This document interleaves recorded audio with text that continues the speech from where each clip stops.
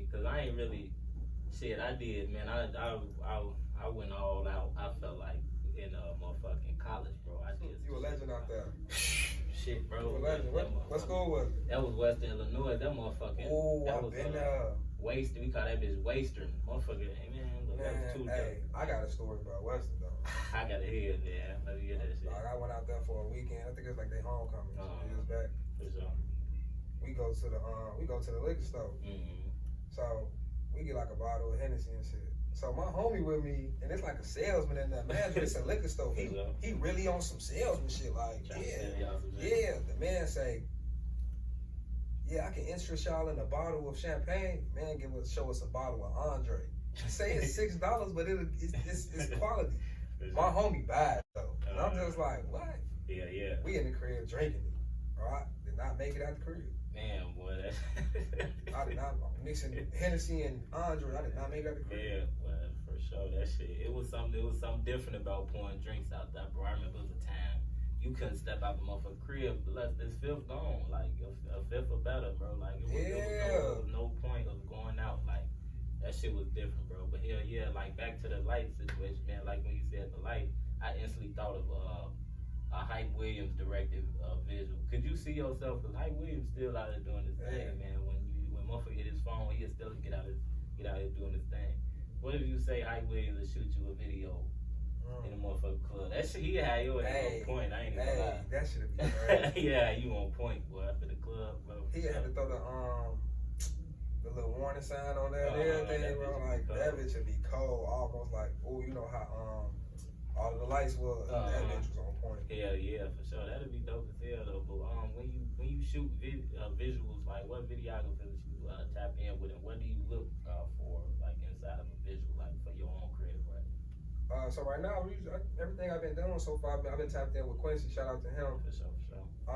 So like when it comes to my visuals, it's almost like I like to hint stuff in the visual, like subtly hint stuff. So it's like I would say like the video spot with John Wood. Shout out to him. That was for the project. That was off the project Mind Forever. But in that visual, I'm wearing the Players Club hats and stuff like that. Like just going in. So it's like when it all come back, it's gonna be like full circle. Oh, he did that when he. Oh, okay. Yeah. You know, like a little shock factor, something subtle and everything. But it's just like I kind of like want my visuals to like tell a story, like be on theme or something, like just be some type of plot to it. Like nothing just like I just can't do just like give me a couple scenes and shoot it up, flick it up real quick. Ooh, like no, it gotta be something. It gotta be something different. I feel that, bro. The product placement is dope too. You know what I'm saying? That shit like the shit you see like on a Marvel movie. You know, right. They got some shit in one movie, they bring it to the other movie. You like, damn, I did see that shit back there. Yeah. And that's a good way to, you know what I'm saying, string it together too. You can go back a couple years from now. You like, shit, I was way back on that then when I was working on some other shit. You know what I'm saying? Yeah, for sure. For sure that, man. And like when you made the Players Club, shit, I wanted to ask this when I did the write up on that motherfucker. Did you were you watching the movie during the process? I did. And what's crazy, I was like, let me watch the movie though. Let me just watch the movie because it's like I know what I'm going for. So let me just watch the movie just to like So I don't want to just like be too. I don't want to be too on point with the movie. So I'm like, let me, so I can know where to tone it down at. I don't even think when you hear the name, but it's just like the music. It's not even no correlation. Yeah. So I kind of fuck with that. How it came out like that. For sure, it's just the title. That's something that throw you in the theme for sure. That. Yeah. What I was gonna say. So, do you think it'll sound like? I'm pretty sure. You know what I'm saying. I'm pretty sure I know the answer to this. But do your sound bring in the ladies for sure? Yeah, they love it. Yeah. Man, because it's like I feel like when you doing things like music, it's a lot of things like women really like support. Yeah, and it's like they really control the world. Though. That's the crazy part. Like I look at it like this. I was just telling my homie the other day, like, me ain't gonna do what the women do. We like they gonna go outside and find out where they at. We gonna go there. They gonna play the songs that they like. Exactly. So it's like I send all my songs out to women. Like, you fucking with this? Exactly. Oh my God, it's crazy.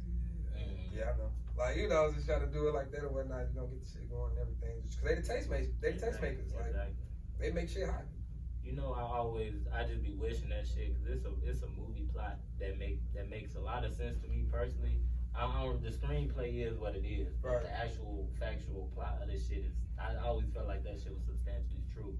Chirac by Spike Lee, like what you did, he just shit. Basically, all he was saying is like women keep the order of certain shit, and the tastemakers, and like you say, really the ones who, you know, they are creators, bro. We come from them, so how can they not be in this position of you know what I'm saying, of calling the shots, deciding what they want, you know? So hell yeah, that's a good strategy, bro. And they the ones who gonna give it to you unfiltered. They gonna give you the unconditional support behind your career. You know what I'm saying? If you gotta think, people like Fat Joe, he always had the ladies. That's why he won. Like people, you gonna win. If you got them, you gonna win. For sure, bro. I always felt like that, and too, I always felt like I always wanted a lot of artists to get back into that club factor. You know what I'm saying? So many artists that we consider legends today had the club factor, or had something that had the women on lock. Yeah. Jay-Z got timeless hits in the club. You know what I'm saying? 50 Cent in the club. Yeah, for sure. You know what I'm saying? Shit, even Fat Joe, lean back. All that shit, man. Once you really got that scene on lock and really tap in with the DJs, bro, there go your market. Cause now you in the club. Everybody love the club. Everybody love the bottles. Everybody love money going up in the air. You know what I'm saying? It's a certain type of aesthetic that's gonna be there with the clubs forever. That's why people can say what they want. Like I just stated personally, I'm not really a club person. But at the end of the day, I tip my hat to that. You know what I'm saying? Cause I know the ground basis of that. You know what I'm saying? For sure. So man, once you really got that shit down back, bro, man, look, you won't stop it. You got it rolling. Yeah. So like, what's something you consider like? What's the best way to put it? What's something you consider like not necessarily unique with your sound, but just unique with yourself? Like, if you ain't even around nobody to play your music, or you know, you just around just to chill. Like, you know, you got other artist homies doing their thing, and you just sitting back chilling for the moment. But it's something about you that you bring to the table just to be around. What's something unique? As far as like when I'm not doing music. Yeah. Like when you ain't even on that, you just chilling. Man, I got hella conversation. Like I be over here picking people's brains. Like I can talk for days. I just really be like, I have people tell me to shut up, all type of shit. Like I be debating.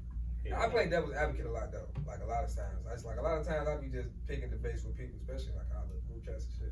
Like I just be playing devil's advocate. What if? Are you gonna do it this way? But what if they told you this? What you gonna do? You know, just like that. I like to.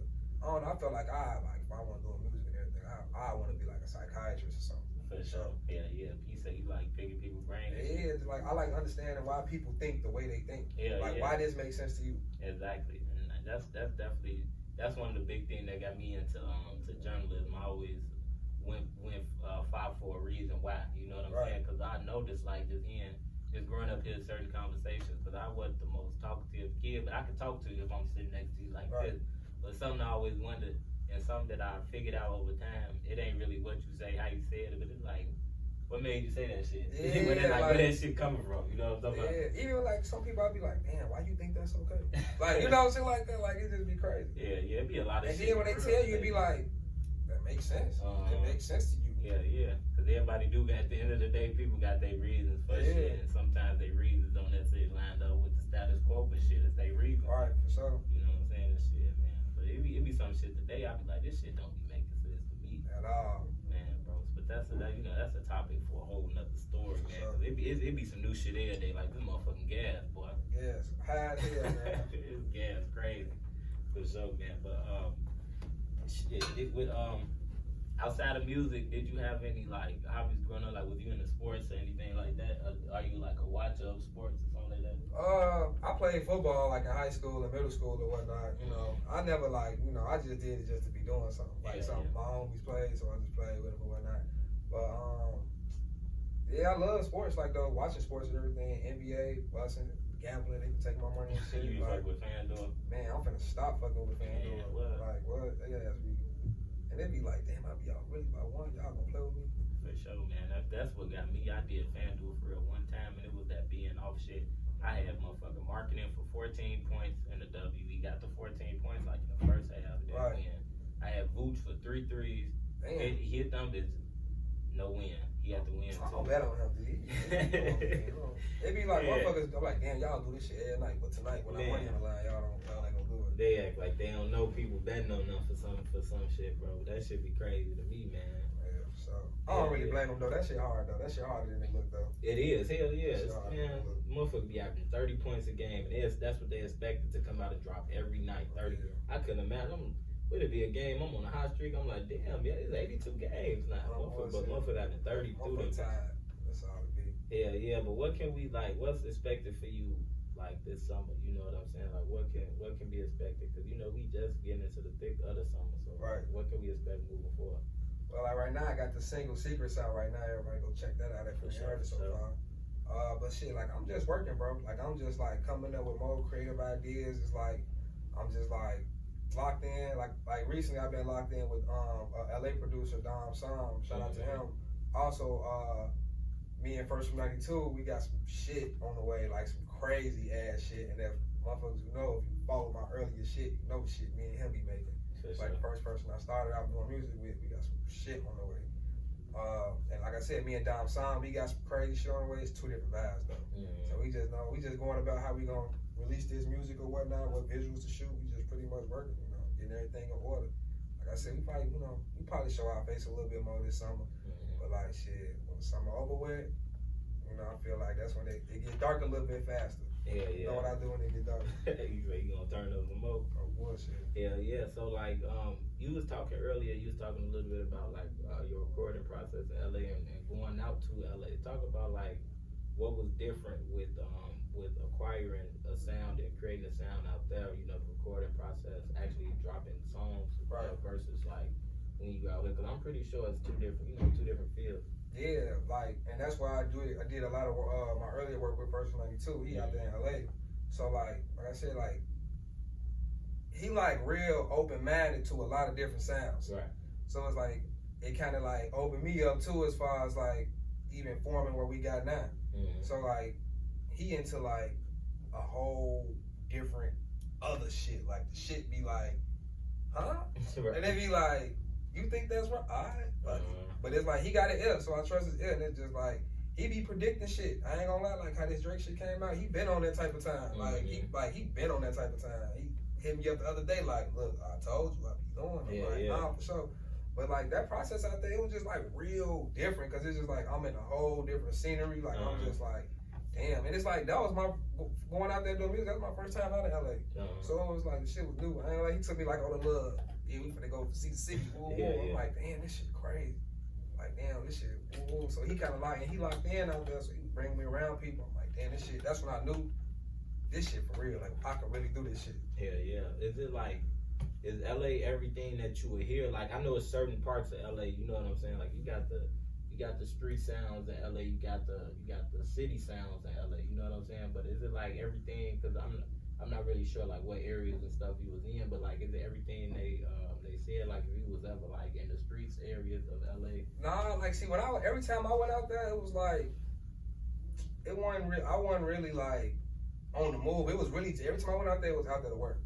So wherever First 92 had me at, that's where we was at. For sure. Like, you know, he like it's crazy. Like he had brought me to Atlantic Studios, like one of their recording studios, and it was just like he like introduced me to some people, some producers and everything, and it was just like, damn, this shit for real.